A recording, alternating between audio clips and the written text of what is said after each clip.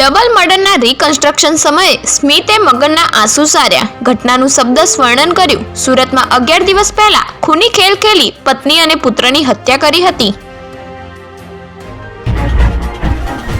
મણિનગરમાં ઓરેવાનું electric vehicle બળીને ખાક. ધુમાડો નીકળતા ચાલકે સાઈડમાં ટુ વ્હીલર મૂક્યું ને જોત જોતામાં ભડકે બળ્યું. ચાલક અને સ્કૂલે જતા બાળકનો ચમત્કારિક બચાવ.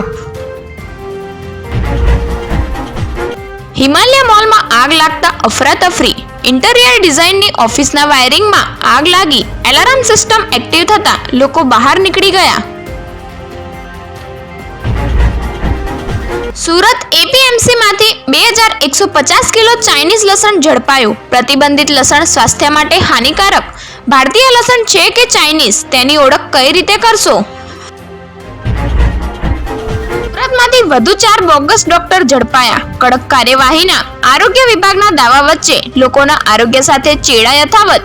4 વર્ષથી પ્રેક્ટિસ કરતા હોવાનું ખુલ્યું. અંતે પતિ પોલીસ મથકે પહોંચ્યો. ગાંધીનગરમાં દાંતની ટ્રીટમેન્ટ કરાવવામાં ડોક્ટર સાથે આંખો મળી જતા પરિણીતાએ ગૃહ ત્યાગ કર્યો. તેડવા ગયેલા પતિને પત્ની સાસરિયા ફરી વળ્યા.